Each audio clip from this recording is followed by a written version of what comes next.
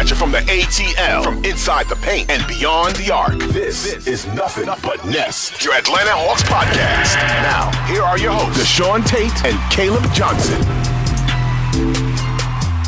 Welcome into Nothin But Nest, episode 28, an Atlanta Hawks podcast here on the Odyssey Network. Caleb Johnson in with my co-host, DeShaun Tate. DeShaun, how you doing, man? I'm good, man. Appreciate you for asking. Fantastic, Caleb. Outstanding, Caleb. All the chaos and all the craziness and whatever else that goes along with the last few hours of trade deadline and seeing what moves are going to be made and what pieces are going to be, acquired and all these other things. And, that's just the beauty of the world that we live in. And I'm looking forward to talking about what the Hawks did do or lack thereof. Yeah, so just for reference for the people that are listening or watching, because thank you for those of you who are watching on YouTube now that we've added that portion of the podcast. So we're coming to you the night after the trade deadline, or the night of, I guess, right? Night of. That is to say that it's been a really long day. There's been a ton of different things that have happened. And yeah, so with that, let's get right into it. But I feel like I wanted to preface that for the simple fact of, it has been a long day. I'm sure it has been for you too, DeShaun. And so who knows what kind of craziness is going to come out of us. Hopefully it's just factual information, as we'll try to get all the important details correct as we go through the trade deadline stuff. And a win for your Atlanta Hawks as they beat the shorthanded Phoenix Suns 116-107. Of course, coming into this game, there was the expectation of after what had gone down on Wednesday, where Kevin Durant was traded to the Phoenix Suns in exchange for Mikal Bridges, Cam Johnson, Jay Crowder, and 4 first-round picks. So because of that, the Phoenix Suns were very shorthanded against the Atlanta Hawks. And then you throw on the fact of, they're got some of their own injury issues as well. So Devin Booker, who played on Tuesday actually against the against the Nets, then doesn't play against the Hawks on Thursday night because of the injury management stuff. They're trying to be very careful with him as he comes back from injury. With that, everything was kind of in the Hawks camp to be able to get an easy win out of this. We know that it feels like time and time again, DeShaun, when the Hawks have the opportunity to get the easy win is usually when that doesn't go right. Something gets messed up. However, it wasn't quite as good as how things looked, a week ago when the Hawks went to Phoenix, and then there was something in the air. I mean, it was just perfect that they blew out the Phoenix Suns a week ago by 30 points. They don't have quite the same success against Phoenix, but it felt like everything for the most part, especially early on, was clicking pretty well. John Collins making sure that everyone notices that, he didn't get traded. And so, he was making his offensive presence known, definitely with his 16 points and just those baptizing dunks that he's known so much for. It was just, it felt like a good win, even though I'll be honest with you, after the game, talking with Nate McMillan, it seemed like he wasn't entirely pleased, with the big part, of course, being the 19 turnovers. That being the thing that really kind of stuck out there. But what did you kind of see out of this one, DeShaun? Exactly that, the 19 turnovers. I know that part can be very discouraging. Even more so the fact that, I know people are going to say, well, they didn't have Devin Booker, and I guess they didn't have Kevin Durant. Well, yeah, they didn't have Kevin Durant, the last X amount of time. They haven't had Kevin Durant, at any point since they've been playing Phoenix. So I don't want to hear that. But I do believe that this is just the beginning stages and the start of something really good. Of course, I don't want to, be the person that's counting their chickens, too early before they hatch by any means.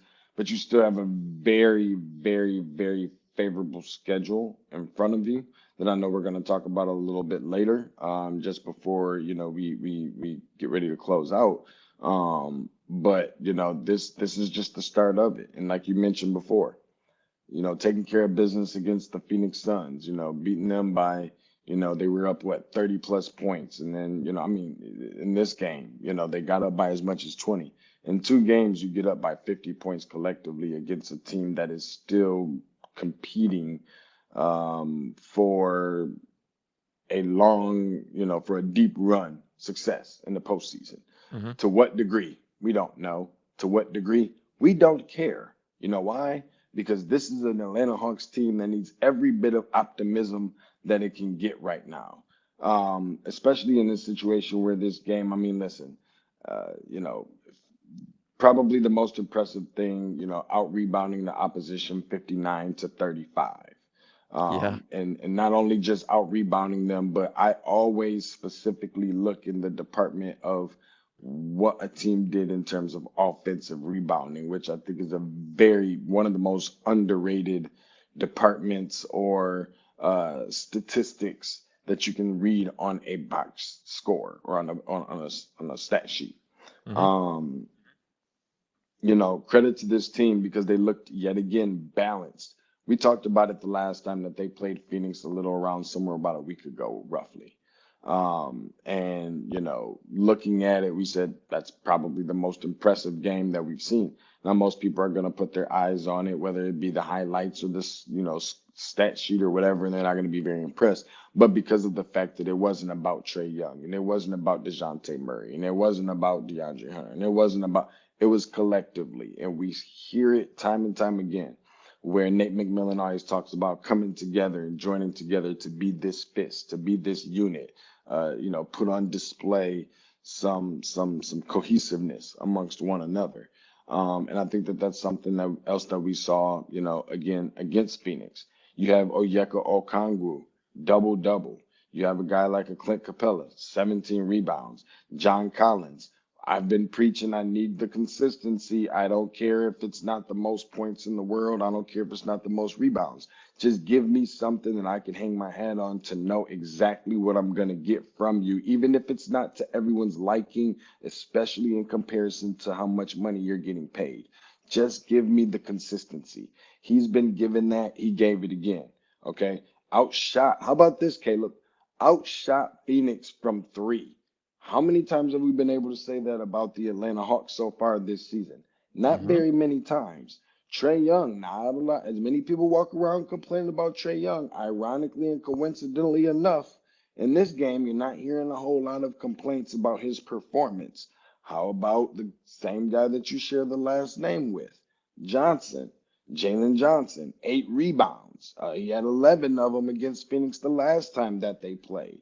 And both, this is a game both teams shot 45% from the field. So I know that that's a lot of information and a lot of numbers that geeks like to, take in and soak up all the analytical stuff and all that. But I think that it was an impressive performance from Atlanta on Thursday night, and I think that we're going to continue to see that carry on. I do appreciate the fact of like I kind of mentioned it earlier, where Nate McMillan essentially said they were lucky to win this game.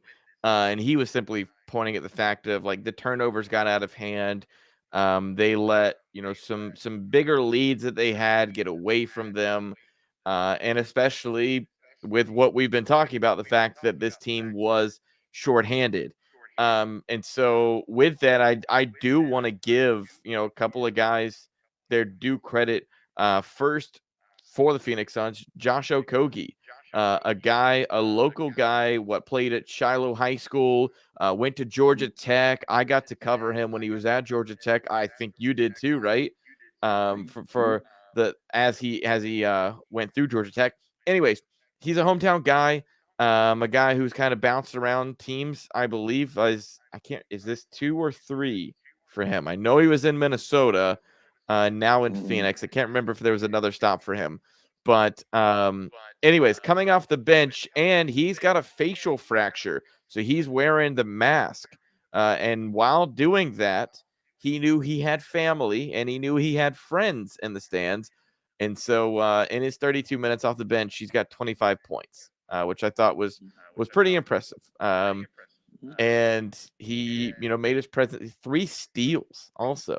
Like that Yeah. was part of it was he was very active. There was one, I got to be honest with you, where Trey just got really sloppy with the ball, Yeah. dribbling in his right hand, looking away. Okogie, pokes it away and goes down on the other end and throws it down. And I think you gotta give a guy his credit. I'll say DeAndre Ayton, I'll give you some credit for getting your points, but sir, what were you doing on the other end? It felt Yeah. like Clint Capella was getting any rebound that he wanted. Clint finished with 17 rebounds. You talked about the rebounding discrepancy between these two teams, which is pretty insane. That you've got that wide of a margin of rebounds between two different teams. But Clint, kind of did his own thing. Didn't need him too much offensively. But it's one of those things that, like, hey, I'm cool with this. I can work with a team Yeah. who, you know, John didn't provide a whole lot defensively, quite honestly, but he had things going offensively. Clint, vice versa. Like you saw, Mhm. DeJounte Murray didn't do anything to wow anybody on the stat sheet with with 19 points, whatever. But um, he kept the ball moving. DeJounte was in there getting some really solid rebounds. Helping out with some assists in that area. And so it's just like all of these little things that, okay, everybody kind of does their little part. Um, this is what I feel like you can actually build on and get into, I don't know, maybe a team who can climb up and be taken somewhat seriously when it comes to the playoffs. I think so. I think the first thing is the elephant in the room, right? Most people didn't feel very confident that we would see John Collins in an Atlanta Hawks uniform playing against the Phoenix Suns on Mm-hmm. Thursday night. Now that we got that part out of the way. Sure. My question to you is, and I'm always curious of this, and definitely feel free to hit up Caleb on Twitter, hit me up on Twitter, at Tate's Take Hoops. But you know, it kind of is beginning to slowly appear more and more like there is no go-to guy every single night. I think that it's clear whose team it is. I think it's clear that whose hands are going to put the ball in for the most part when they need a shot or whatever, what have you. But with DeJounte coming in is providing some balance. And when you have different guys that has the hot hand on different nights and a natural born and bred point guard, distributor and facilitator like somebody like Trey Young, I think that is where this team can be even more dangerous, down the home stretch because of the simple fact that some people might say, I feel a little bit better knowing that if it gets into a crunch situation, we know who we can give the ball to. And while that does appear to be obvious, you put in number 11's hands.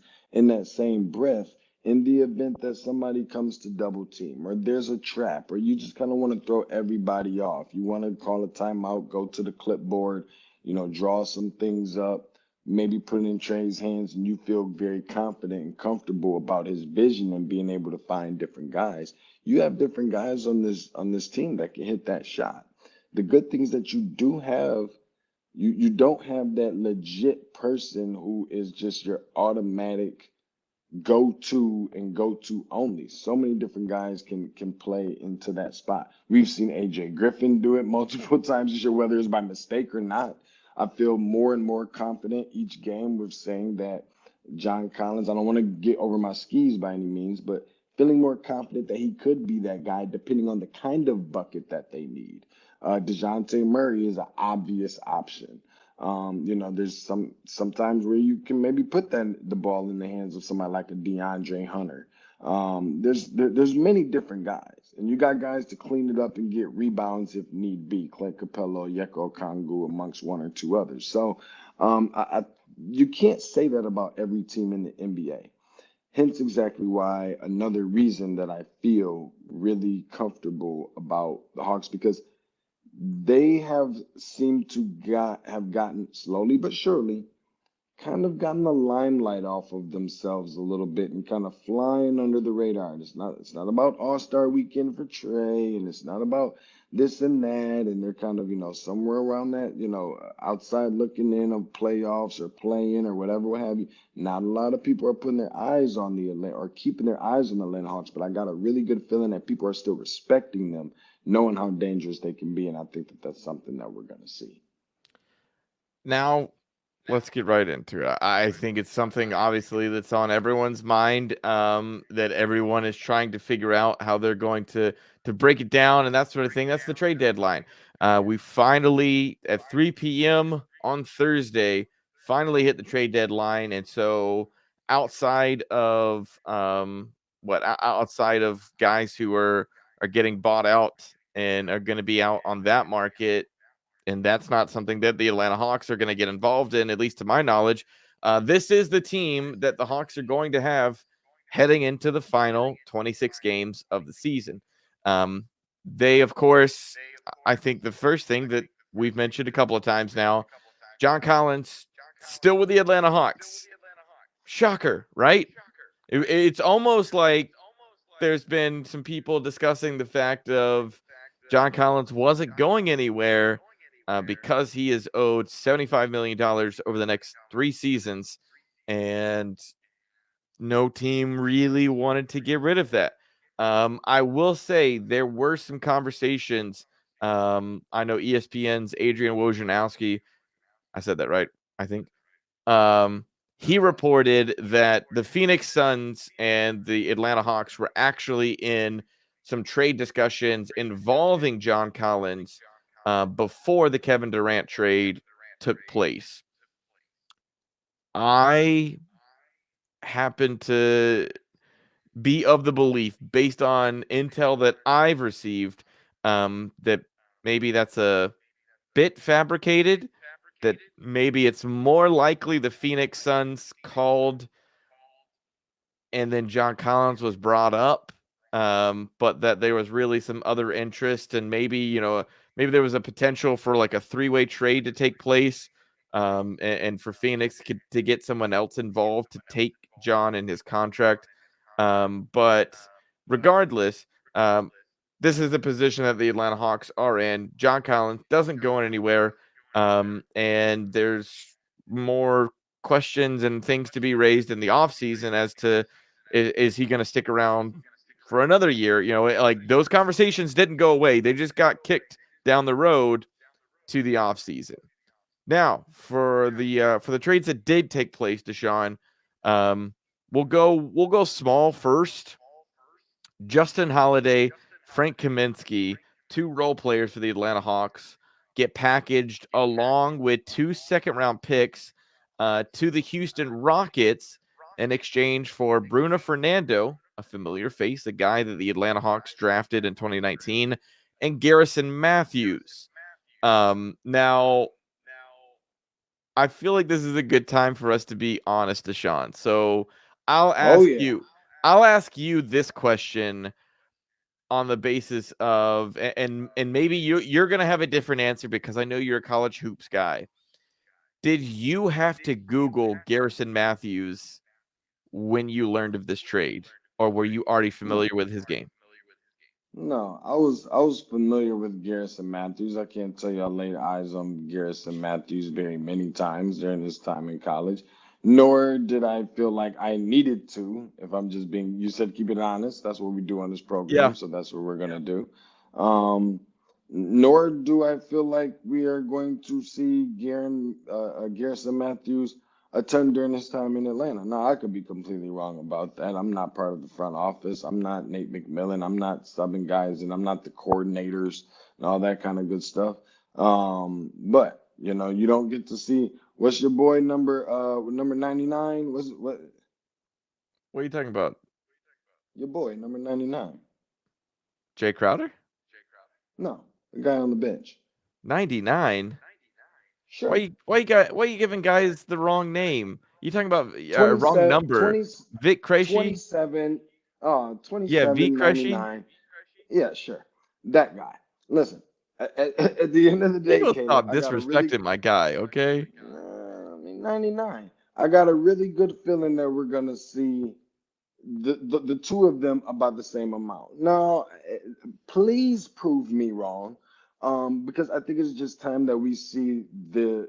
I have been going on. I feel like I'm talk on the different episodes of this podcast many of times about how they need to improve on the depth, the Mhm. talent, on this roster. And I don't think that not only that they improved it a lot with adding Matthews, but also with Bruno Fernando. Um, I did see some improvements during this time. I was in Boston, I believe it is. Yeah. But I'm not in love with the idea.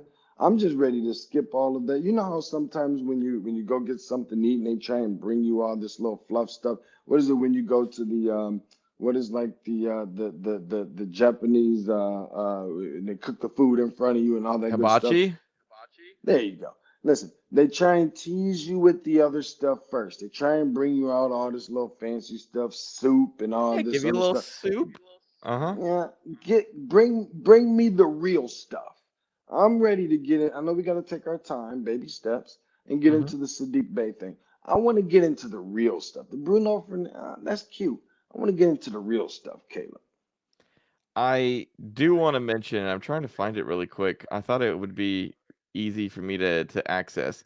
I think the funniest part of this whole thing is what happened when Bruno Fernando is gonna bring some size um in that center position, I guess, kind of that 4-5, but not going to be seen very much. Um so it was Adrian Wojnarowski who tweeted out today that um after he tweeted out what the trade itself was, right underneath that, followed it up with cost cutting move for Atlanta Hawks. Yep.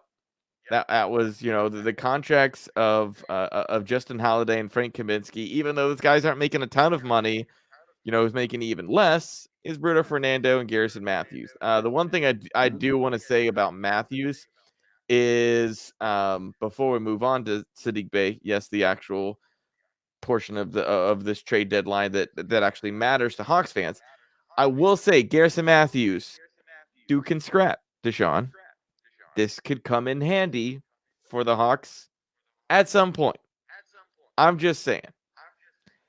He likes to find himself in some scrappy situation and some kerfuffles, shall we say, where he's pushing and shoving and I've heard at least that he likes to talk his fair share of trash. Um, so I know he'll fit right in with Trey. That'll be nice. So just some interesting little things to go on. But Now you've got my attention, Caleb, mhm, because I've been preaching for quite some time, and while I do believe, and I know we're going to get into Sadiq Bey in a minute, while I do believe that they definitely addressed more than just one area of concern, or need for the Atlanta Hawks with acquiring Sadiq Bey, the one piece that I still have always been feeling like they need is if it's not about the veteran guy with the experience and the vocal leadership and all that kind of good stuff, you gotta have the guy with the edge. You gotta have the guy that is like, I've been waiting for however long it's been to where we can see someone that, when the opposition stands and then face to face, nose to nose with Trey Young, somebody to step in there and say, oh, no, no, no, no, no, no, no. You're not about to do this now with my point guard. No, no, no. You got to go through me first. I've been looking for that player. And I feel like the last time I saw that player, geez, Caleb, it's running through my mind. Please help me. He was from San Bernardino, California, and this is gonna sound terrible. This is terrible for the podcast, but I'm thinking about it, and he was like the last like real gold teeth. I mean, he was an animal out. Like he was just really scrappy. And I'm just jogging my Huh. memory right now, and it's gonna come back to me at a later time. But and I can't think of his name for anything right now. But I tatted up. I mean, I loved his game, but I really loved his energy because he played fearless basketball. He was scrappy. He wasn't gonna lie. If anything was ever popping off between the opposition and one of his teammates, I mean, he was flying. I mean, he was on it. You know what I mean? But that's just who he was. That was that dog, somebody that got a little bit of bite to him, not just a whole lot of bark to him.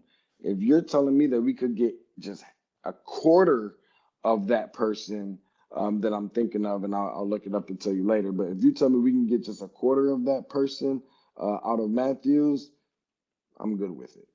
Keep Yeah. going. And like you said, like the obvious thing is, a guy like Bruno Fernando not going to play a whole lot. A guy like Garrison Matthews probably not going to play a whole lot because there are other guys like Avit Krejci who are potentially going to get those minutes. But even I mean, he hasn't touched the floor in how long? Unless it's a blowout kind of situation. Anyways, let's get to the actual thing that the folks are going to care about. Sadiq Bey, a part of a what I thought was originally a 3-team trade, now a 4-team trade between Golden State, Detroit, Atlanta, and Portland. The Hawks to acquire Sadiq Bey passed out 5 second-round picks across. I believe some of those went to Golden State, and then some of them went to Portland because this is all part of the trade that gets Golden State sending James Wiseman to Detroit.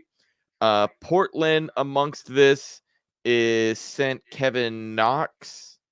I believe Kevin Knox was getting sent to Golden State, if I remember that correctly. Honestly, though, Kevin Knox, that man's name's been brought up in so many different trades in just the last couple of years. I mean, like he's getting, I stopped myself. I was about to say something not very nice, but he's getting passed around. I'll say that. Um, Tough times for him, but hey, Where the were you? important. Now you got my mind working. Like, where was Caleb going with that? Hey, the NBA, they got groupies, and they go city to Okay, city. okay, So, the groupie thing. I didn't yep, know if we were yep. talking about, No, no, almost no, no, 420. no. I wasn't Okay, going there. okay. Nope. You wasn't Um, going 420 with the pass around. I Okay, maybe that's just me. Don't judge me. yeah, yeah. I won't. Anyways, Sadiq Bey though. That's the real piece that Atlanta fans are going to care about. Um, I want to start with, and the soundbite also includes some things about Bruno and Garrison, but I want to play a clip from Hawks general manager Landry Fields and what he had to say about what they see in the 3 guys that they acquired. Everyone's familiar with Bruno. He's been here, the high energy big. Garrison Matthews, the intensity, the shooting, the flexibility that we can get just in the way we're trying to play more of in that 0.5 and being able to move the ball. And then with Sadiq Bey, right? Young guy who's up and coming and gives us a lot of that depth at the wing. With the versatility that he is, played 3, the 4-4-3, can guard multiple positions, can shoot the ball, and a worker. That last part is why I wanted to play that clip, because I think that perfectly encapsulates exactly why the Hawks were willing to give up 5, yes, 5 second-round picks to get Sadiq Bey, third-year player. They see versatility, they see depth, and that true ability to swap, 3 or 4, um, just gives them options that they haven't had. He's also a pretty decent 3-point shooter. I should have had his stats pulled up in front of me. But yeah, a guy who can knock down the three, a guy who I am of the opinion, DeShaun, I think needs to improve on his defense. But like at this point in the NBA, who doesn't? It feels like every guy we start talking about guys who play really strong defense, and yet that's kind of like a case by case, night by night basis, specifically when it comes to the guys playing for the Hawks. But how are you kind of taking what the Hawks give up, but what they get in return for Sadiq Bey? It appears to be quite a bit much in terms of, you know, what they gave up. We'll see what that looks like off into the next X amount of years. Are you someone? Sorry, Um, real quick. Are you someone who cares sure. about second round picks, or you just like, Me? yeah? You take a guess. I'm gonna guess you don't care. I do care. Really? What about me says that I don't care about second round picks? Most of them don't work out. If you start going down the list of guys, Listen, who's doing the drafting? You can go get some really good. I mean, listen, if you're the San Antonio Spurs, do you care about the second round picks? Absolutely.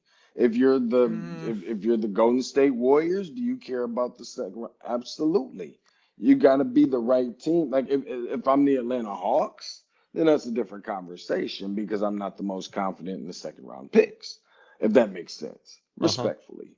That being said, what I feel like you're getting out of Sadiq, I don't think the defense is nearly as bad as, and I'm not saying you thought it was like, atrocious, Oh no, no, but I no. don't think it's as bad as some people may potentially think that it is. I think what he's going to give you is going to give you balance, right? So, like it was just mentioned, the versatility and the worker that he is and the defending multiple positions, all of those things obviously really big in today's game. But number one, let me ask you this. Do you remember the last Villanova player that we saw in a Hawks uniform? Was it Omari Spellman? That would be Ah, correct. Good guess, I'm by the I'm way. giving myself a little tap I'm a on the pat. shoulder for that one. I put my little 25 cents in the piggy bank. You But know why? I can't give myself full credit for that, because I did see his name when I went. When the Josh Hart trade happened to the New York Knicks, that's going to Mhm, reunite Jalen Brunson with Josh Hart. That it made came me up. look up that national championship team. That hurt my heart. As someone who I don't even know why I did it, but I was in middle school and I decided, hey, when it comes to college hoops, I'm going to be a North Carolina fan. And that carried me to that national championship of like, hey, we're Yeah. going to overtime. Boom. Nope. Villanova is taking the championship. So when I looked at that roster after the Yeah. trade that went down there, I saw Omari Spellman's name and I was like, that's right. Former Atlanta Hawk, Omari Spellman, Hmm. who is now, um, he's making his money, but doing so overseas. It's nice to know what a kind gesture that you just admitted to cheating, by the way, on that guess. That being said, like what you always are typically gonna get out of these Villanova guys is you're always gonna get someone that's coachable and coming from a winning, pedigree and resume and all of these different things. With somebody like Sadiq Bey, and I've had been able to watch him quite a bit, obviously, as he's coming over from the Pistons. But I feel like they adjust more than just some of the defense, but the leadership. Okay, you're not getting a head case. You're not getting the guy that's in the room, in the locker room arguing with the coach and doing all these other things and messing up the chemistry and all this other stuff. You're getting a guy who's coming from a winning program. Also, a guy who has some growth potential. I think that's another piece that people may not necessarily be looking at. The other day we were having conversations about AJ Griffin. I'm gonna tie all this together real quick. The Okay. other day we were talking about AJ Griffin. I told you one of the things that I loved about him the most, and also a big reason behind why I believe that he's the MVP of this team so far this season, is because he doesn't help you lose games. He only helps you win games. And it's even better because guess what? I love the you know, I love the guys who stir stuff up, you know what I mean, and trash talk their way through games and everything else, and the Draymond Greens and the Marcus Smarts and all these other people. I Mhm. love those guys, but I also love the guys who could just go out there, give you 30 like Kawhi and just never say a word to you. You just Mhm. never know it. He'd never say, and sometimes that makes it even more frustrating. Am I saying that Sadiq Bey is going to roll out here and give you 30? Absolutely not. But I know that he's capable of doing so. He has that silent killer about him. He is much like the DeAndre Hunter, very conservative. He is much like the Bogey Bogdanovich in a lot of ways, just goes out there, plays his game, doesn't say much. He's very much like, AJ Griffin as well, who we call him Silent Killer, and he helps you win games. He doesn't help you lose games. Um, Probably one of the most impressive things that I think you're going to see about him coming over into Atlanta is he has the youth. He's not that old of a guy, so he still has a lot of youth to him, but his approach is like a vet. It's like it's that maturity piece that sometimes can lack. Um, and he's just solid all across the board. I think that's going to be the best thing. Is just that the fact that it's like, is he a great shooter? Maybe not, but he's not a bad shooter. Is he a great this or a great that? Probably not, but he's not bad at it either. He's above average at everything. And I think sometimes that outweighs some guys that's only really, really good at one thing. I think they get an A with this one. Yeah, so you talk about his age. He's 23 years old. Yeah. Trent Forrest, who is on this team on a two-way contract, is 24 years old. Bruno Fernando, drafted in 2019, going with the Hawks, 24 years old. Tyrese Martin, who is a rookie, Yeah. 23 years old. So Yeah. that really, I feel like, puts into perspective how young Sadiq Bey is. It also, look, money matters in these situations as well, where Sadiq Bey is, I think, making a little under $3 million a year. And so, when you've got a guy like a John Collins who's making about 25, and you got a guy like DeAndre Hunter, who is, I think his deal hasn't kicked in. He's making what, like 9 or 10 this year.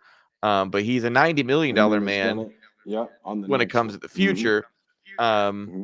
Finding those cost savings, helps, like, as you're trying to build your roster, and especially as you're a team who is quite obviously not trying to go into the luxury tax until you've proven to the owner that you're a championship contender. Um, it feels like a perfect time of the, am I wrong here? Or it feels like the Hawks kind of bought low on Sadiq Bey, where, like, sure, you gave up 5 second-round picks, but the way that he's kind of played, at least towards the end of what I remembered of last season and then this year, hasn't been great, not terrible either, just kind of needs a new, change of scenery kind of situation is what it Sure. feels like. At least that's what I get out of what I see with Bay. And so much like other teams, like, I think of a Cam Reddish situation where wanted to get that new. I know. He wanted that new change of scenery in New York. Well, he wanted a new change of scenery in general. The Hawks just found that the Knicks had the best trade, return. That was never working, and now he gets an opportunity in Portland now to maybe he can Yeah. blossom there. Maybe. We'll Yeah. see. Maybe. I didn't mean to, to get off too far from the conversation, but just to say Sure. a change of scenery for Sadiq Bey, I think, uh, is important, and the Hawks can kind of evaluate if this is a guy they want around for a longer amount of time, as he's on what I believe he's a restricted free agent next season, and then they'd have to sign him to a deal after that. but just options. And then in the immediate future, depth as this is somebody, we talk about the stretch 3-4 kind of Mm-hmm. guy. He's Mm-hmm. 6'7", 215. So Mm-hmm. not quite as tall and as big as DeAndre Hunter or John Collins, but someone who's kind of shown his ability to hold his own playing that 3 or 4. Which And even should and I didn't mean to cut you off, no, but you're fine. and even the ability to defend some guards. Like I think that Yeah. that's another piece. Like lockdown defender and stopper, defensive anchor, and all that. Probably not. But to be But able who is? to situational or positional, certain times throughout the game.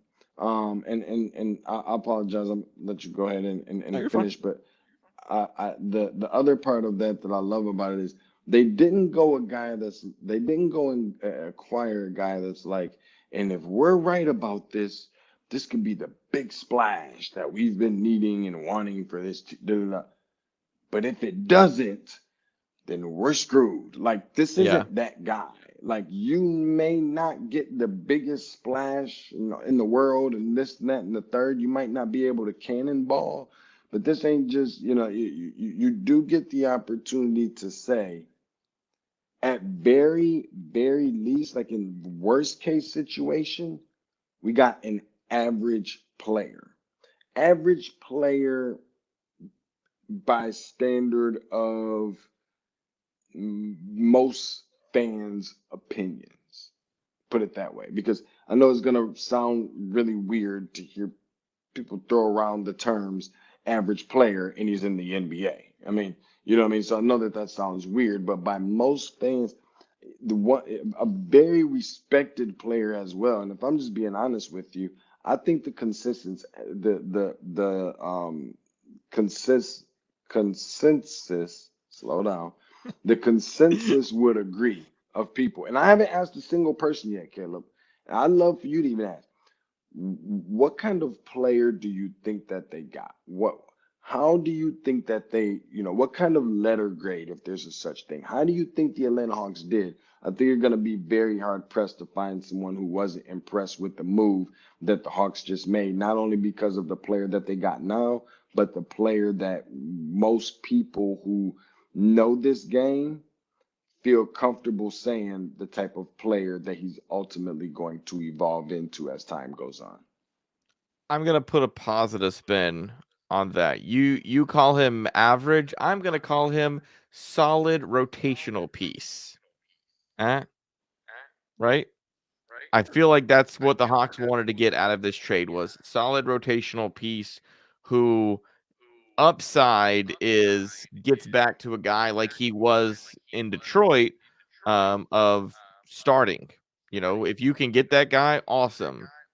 If you don't, perfectly fine. As long as you get, um, somewhat of what you've kind of seen with him in Detroit, solid rotational piece, the Atlanta Hawks are going to be just fine. They didn't make any splashy moves. I feel like that didn't shock anybody. They were No. not ever going to be in the Kyrie Irving sweepstakes. They were not going to Mm, be in the Kevin Durant sweepstakes. mm, I even saw some people saying that the Los Angeles Lakers might move on from Anthony Davis and he might end up in Atlanta. That was never going to happen. These were You never need really. new you need new friends, Caleb. No, these are not friends. These are unfortunate Oh, people that I saw on the internet. I'll say that. okay. I got So nothing splashy, nothing crazy. As someone who expected the Hawks to do nothing and saw them do nothing for most of the day into the last hour, I was pleasantly surprised, and I feel like a lot of Hawks fans can be pretty happy with what they saw. Before we I get out of agree. here, I do want to talk a little bit about the upcoming schedule for the Hawks. We talked a little bit about this on Tuesday, where it was like, okay, 3-0, Caleb. what's that? 3-0. The next three games, the last three games going into All-Star weekend. 3-0. There's more than 3 games, isn't there? I don't think so. I thought there was more than 3 games. Hold up. I'm pulling this up now because Okay. $20 right here, Caleb. 20. You were right. Listen, You're right. There is just 3 games. Wow. are you This surprised? schedule is Three flying games. by. 3 games, Caleb. 3-0. Spurs at home, Uh-huh. at Charlotte. Hornets, Uh-huh. Knicks at home. Yep. Caleb, And then the All-Star this break. is where I tell people, yeah, and the All-Star break. Good job. Huh. Listen, this is where I call out the Hawks. Mm-hmm. You got to have some pride about yourself. I'm not saying teams are just gonna lay it out like they're any of these 3 teams that they got coming up or could lose to a high school team. I'm not saying that. But you gotta have pride about yourself. People are writing you off, they're overlooking you, they're talking bad about you. Everybody around. I don't know how much you're talking to other people, Caleb, in other places, but everybody's kind of writing off Atlanta and talking about the turmoil, everything that's going on. And it has that vibe anyway. It has that feel. And you know what? Deservedly so. Because that's what the hell it's been. Okay. But and listening to Trey talking in his post game a little bit earlier tonight when I was watching on television, and him just talking about, listen, we're just focused on winning basketball games right now. It's not that he said much anything different than he usually would, but I really believe that the mentality. I told you after All-Star break, I think they're really getting their things together. They're really just You about to almost let that hone one in and slip. focus. It has to no. It has to start now. You go in, you're on a 4-game winning streak, going into the game against the Spurs on Saturday. That's where it starts. They stink. You got to beat them. The Hornets. Have you already lost to the Hornets like twice this year? I know once for Twice. sure. Twice. Twice. You got to beat up on them. You have a losing record against the Hornets. They're in the Wembanyama sweepstakes. Both Mhm. of those teams are. And then you know what you got to do with the Knicks. I don't even have to have conversation. If I have to motivate you about how you have to have pride about yourself and them coming into your house, because the last game was at a loss to the Knicks, am I correct? Mhm. So 2 of these 3 teams, the last time you played them, you took an L. You finished this half of the season off strong. You beat all 3 of these teams. You enter into the All-Star weekend on a 4-game winning streak, and then you start preparing to show everybody exactly why the Atlanta Hawks need to be back in the contending conversation again. But it all starts with having some pride. DeShaun, I'm curious with the Hawks playing the Spurs on Saturday. How big of a deal do you see DeJounte Murray facing his old team? Because it's not DeJounte facing his old team in what used to be, his old home. Like, it's not in San Antonio. It is in Atlanta, which I feel like changes things a bit. But how big of an impact or how big of a deal are you putting on DJ facing the Spurs? Some. Maybe not a lot, but some. You know what? It's funny because I don't know if you remember this, Caleb, but I'm gonna try to be short. Good luck, right? But the crazy part is I remember there was a point in time earlier in the season when we were in the press conference, and someone asked a question, and he mentioned something along the lines of how much happier that he was. And we didn't really follow up with much of a in comparison to what, DJ? Where you were before? How did that go? Is there something that we don't know? Like where you feel like you were mistreated? Are you falling in line with how Kawhi Leonard was feeling? We didn't go all into that kind of stuff, but I don't think that it's a question that DeJounte Murray is going to look to to have an outstanding or an amazing game against the Spurs, but I'm not sure that that much more emphasis is being put on it, that the win is the most important thing and that it's any Yeah. more of a competitor that he is versus that team than any other team. Yeah, I think with this, it's just like probably DJ just wants to get past it. All right, let me go get my hug from Pop. Let me go say what's up to any of the guys who are still on this team, which I feel like aren't that many because there's been a lot of No, yeah, there's not. One of the guys got kicked off the team for exposing himself to some people. You remember that? Yeah, I I don't think that guy's gonna be anywhere anytime soon. unfortunately I do. Yeah, and then what? Jakob Pertl just got traded to the Raptors. Yeah. So yeah, so a lot of change happening with that team. And so I think it'll be good for have that happen. You know, you get to have your moment. You'll have another one once you actually go to San Antonio, which I don't think is going to happen this season. And then you move on, you go from there. I don't know. Just I'm with you that 3-0 absolutely needs to happen for this Atlanta Hawks team. I will take 2-1 because something about that Knicks team and how they're playing right now and how they've upgraded their roster. I can't just automatically say that should be a win. But against Charlotte, against San Antonio, yes, that must win games before you head into the all right, the trade deadline, into the All-Star break. What are you looking at me crazy for? The way that they treat us, the way that they do us up there at MSG, Mm-hmm. the way that they treat us there, you don't think that the Knicks coming here is must win? They defend their floor, we defend our floor. I'm not saying it's not must win. I'm just saying it's If not there's a, an automatic W. I'm not putting an automatic W there. That's all. it has to be treated as such.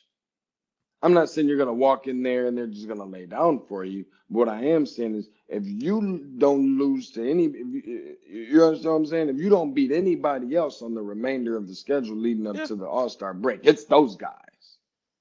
I just there's a reason why they're right now ranked No, I higher in the understand where East they're than. seated and I know Mhm. where they're at and all that, but listen, this is the last thing I'm gonna say about it because I know we're closing out.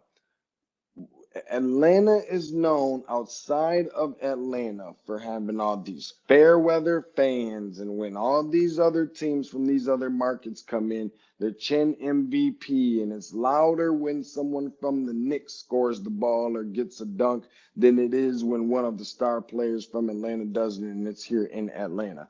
That's got to stop. That can't be a thing anymore. You know it's gonna be Knicks fans in there. You know they're gonna be loud. So I'm calling out you Atlanta Hawks fans, coming from a guy who might not be in the arena. I'm calling out you Atlanta Hawks fans, die-hard Hawks Nation, to get in there, wear your red, be loud, and show New York that they're not the only ones that can get loud. That's my challenge to Hawks Nation, if I'm just being honest. All right. And with that, honestly, it's such a positive note that's the note we're going to leave on. Thanks to everyone watching us on YouTube. Do your link, do your subscribe, your like, all of the fun stuff that gets us really positive notes from our bosses. Do the same with the podcast itself. For my co-host DeShaun Tate, I'm Caleb Johnson. Thanks to you for listening and watching to Nothing But Nest.